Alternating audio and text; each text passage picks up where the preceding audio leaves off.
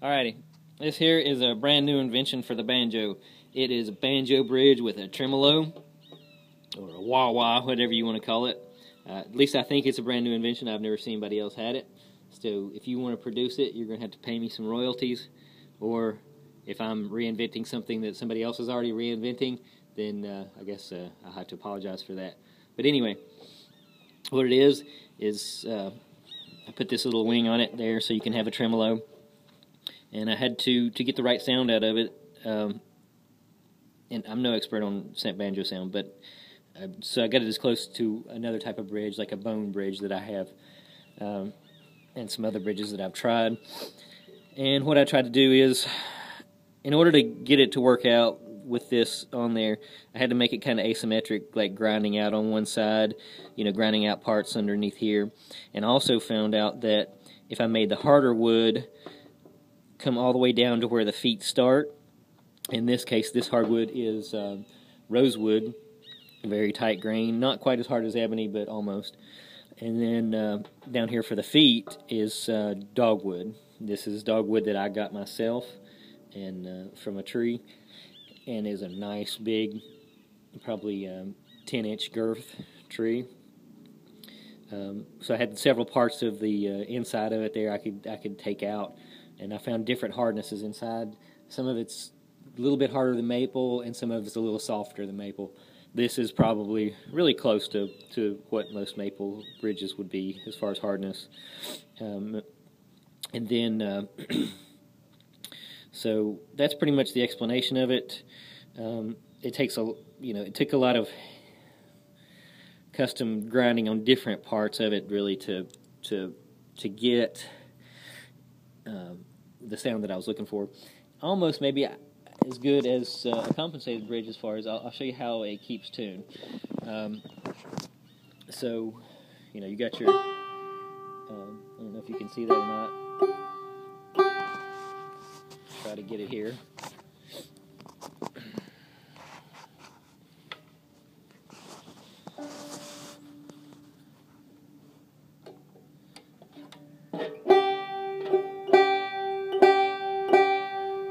I don't know if that's showing up or not. So anyway, we got a G. Let me get it right on G.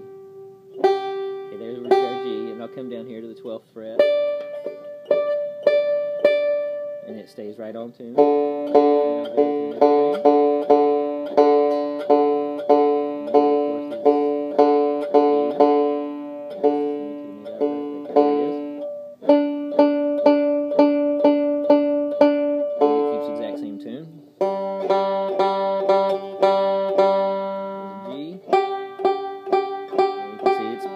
right on the money too.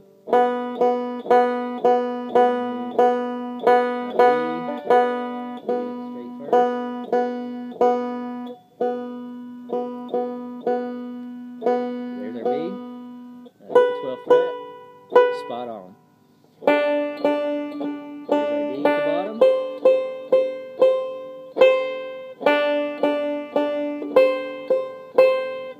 And as you can hopefully see, I hope it showed up on there, that every string when I came down to the 12th fret was exactly on.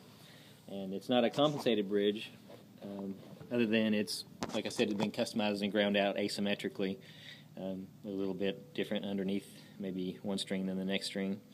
The hardest one to get right was, of course, 5th string.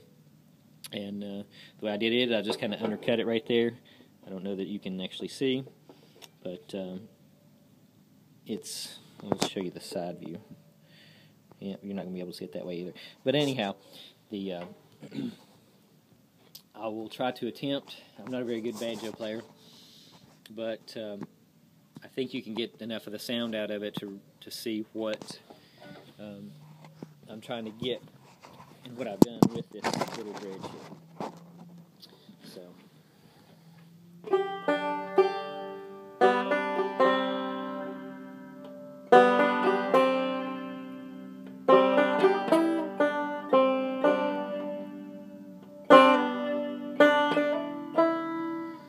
So that's kind of a little idea of what it does. Similar to, I guess, what people do, muting or different things like that, but it's got a little bit better it doesn't mute it quite as much, I guess.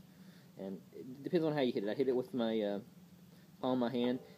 You know, if you do it like that, you can kind of hear it popping. So I try to get a little bit of pressure on it and just, you know, vibrate it a bit.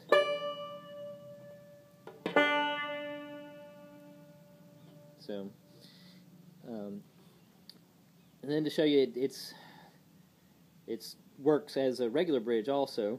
And here again, I'm not a very good banjo player, but comparing it to, you know, my bridge that's, you know, $25 range, I would say it's very, very similar, and I tried really hard to get the same type of sound, and I had to adjust the height of the hardwood compared to the softwood. Well, softwood is not really soft, but it's hardwood, but harder wood. But anyway, here I'll try to play a little bit to let you see that it still sounds like a bridge pretty much should.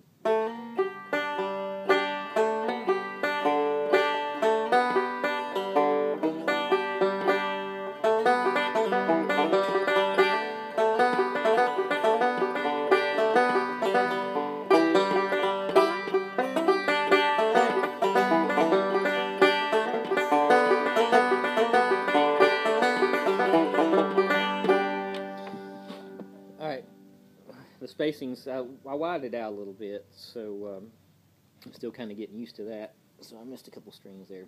But anyway, let me try to do it again with something else.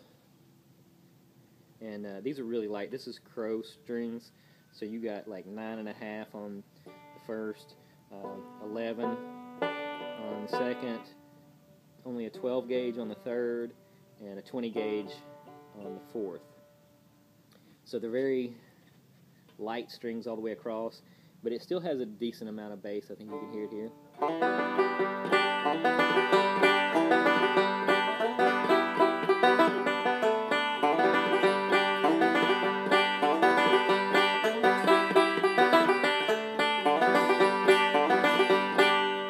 Okay, so it also sounds pretty good when you go up a little bit.